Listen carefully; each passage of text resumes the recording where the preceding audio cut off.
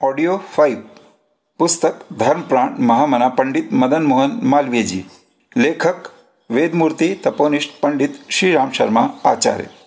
इसी प्रकार एक अन्य नवयुवक जो विश्वविद्यालय के कार्यालय में नौकर था, कम वेतन में खर्चा न चला सकने के कारण अपने पास जमा होने वाले रुपये में से 20 रुपया महीना गुप्त रूप से निकालने लग गया। जब यह रकम 2000 रुपया के लगभग हो गई तो भेद खुला। वह चुपचाप अपने घर चला गया और शर्म के मारे उसने विष खाकर आत्महत्या का प्रयत्न किया, पर वमन हो जाने से उसकी जान बच गई। विश्वविद्यालय के अधिकारी पुलिस में रिपोर्ट करके उसे गिरफ्तार कराने की व्यवस्था कर रहे थे, पर उसके एक संबंधी ने मालवीय जी से मोहलत मांगकर उसका पता लगाने की चेष्टा की और अपराधी के मुख से सब कच्चा चिट्ठा सुनकर उसके घर वालों से 2000 रुपये विश्वविद्यालय को चुका देने को समझाया। विश्वविद्यालय के अधिकारी फिर भी पुलिस को इत्तला देने पर गौर कर रहे थे, पर मालवीय जी ने निर्णय किया, इससे एक युवक का भविष्य नष्ट हो जाएगा।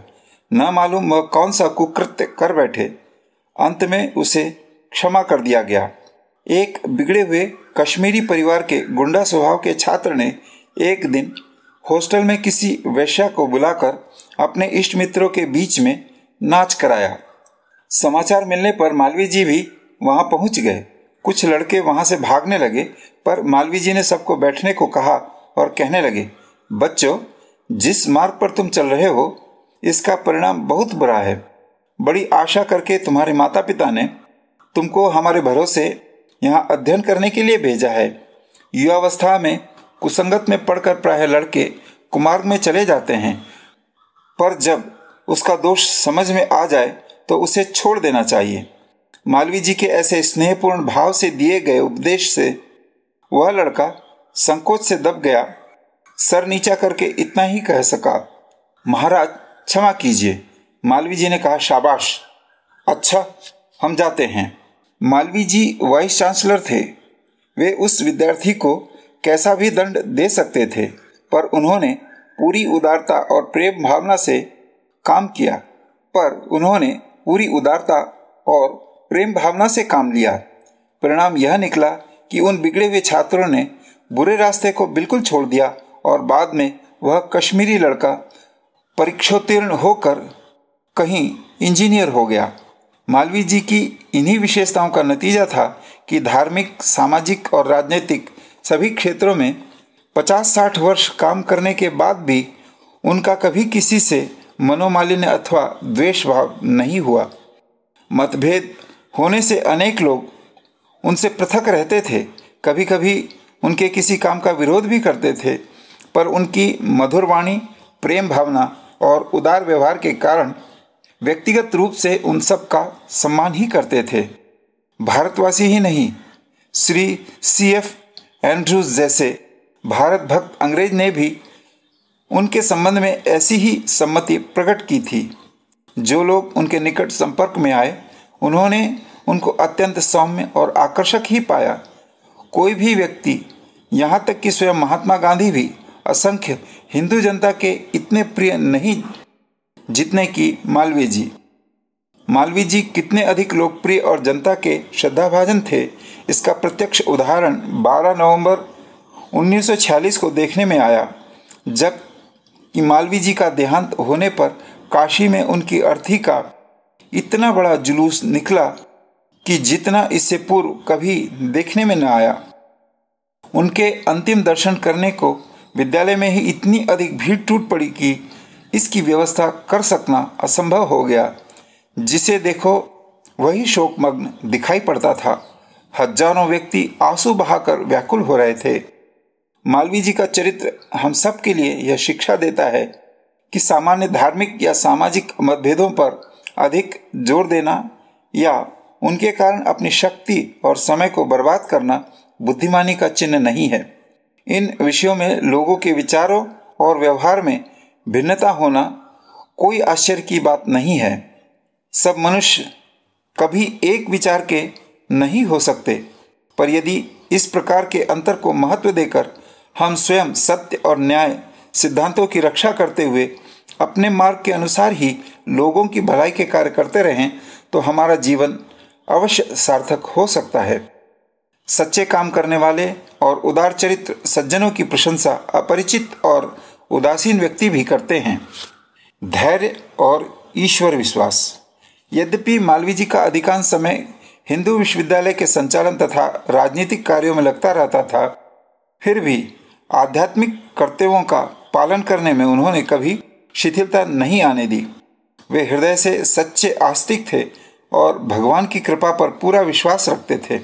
इसके परिणाम स्वरूप उनको समय समय पर ऐसे अनुभव होते रहते थे जिनको परमात्मा के सिवाय कुछ नहीं कहा जा सकता। हिंदू विश्वविद्यालय का काम बहुत बड़ा था और उसमें चाहे जब लाखों रुपया के खर्च की आवश्यकता पड़ जाती थी, पर उनका कोई काम रुकता न था और समय पर धन कहीं न कहीं से आ ही जाता था।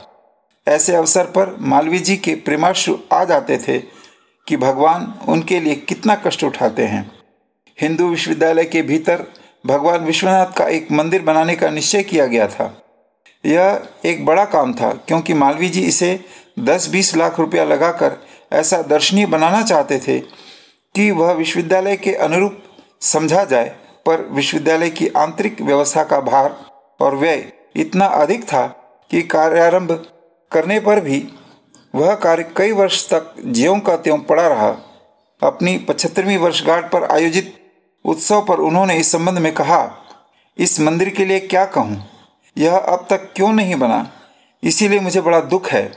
50 मील पैदल चलकर एक तपस्वी महात्मा आए और उसकी नींव रख गए, तब से यह अभी तक नहीं बन सका, पर इसका सब दोष मुझ पर ही है। आप घबराइए नहीं, विदेशों में भी बड़े बड़े भवनों के बनने में यूं ही देर होती है। कुकुरमुत्ता तो यूं ही उग आता है, पर बड़े वृक्ष के बढ़ने में समय लगता है। मैंने इसके लिए काफ़ी समय नहीं दिया, इसकी मुझे बड़ी शर्म है, पर अभी मेरा 10 वर्ष का कार्यक्रम है। आप विश्वास रखें, मैं अभी नहीं मरूंगा।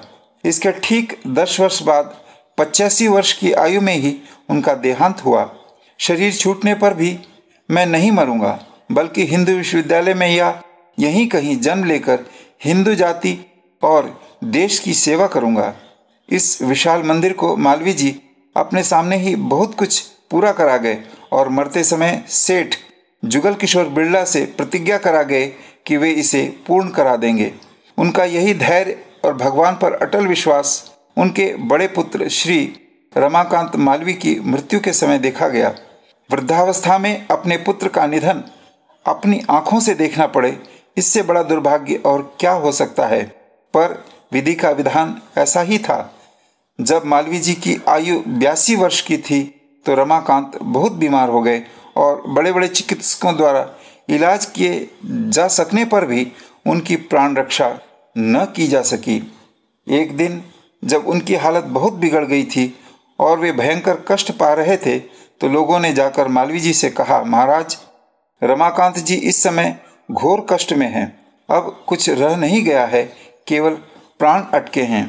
वे आपके आज्ञाकारी पुत्र हैं, बिना आपकी आज्ञा के प्राण नहीं छोड़ेंगे।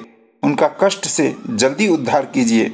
मालवीय जी तुरंत लाठी टेकते हुए उनके सामने जाकर खड़े हो गए और कुछ क्षण देखने के पश्चात कहा, बेटा, तुम्हें बड़ा कष्ट हो रहा है, अब तुम जाओ। रमाकांत जी की आंखें ज्वर की तीव्रता से निकली पड़ती थी, सदा के लिए बंद हो गई।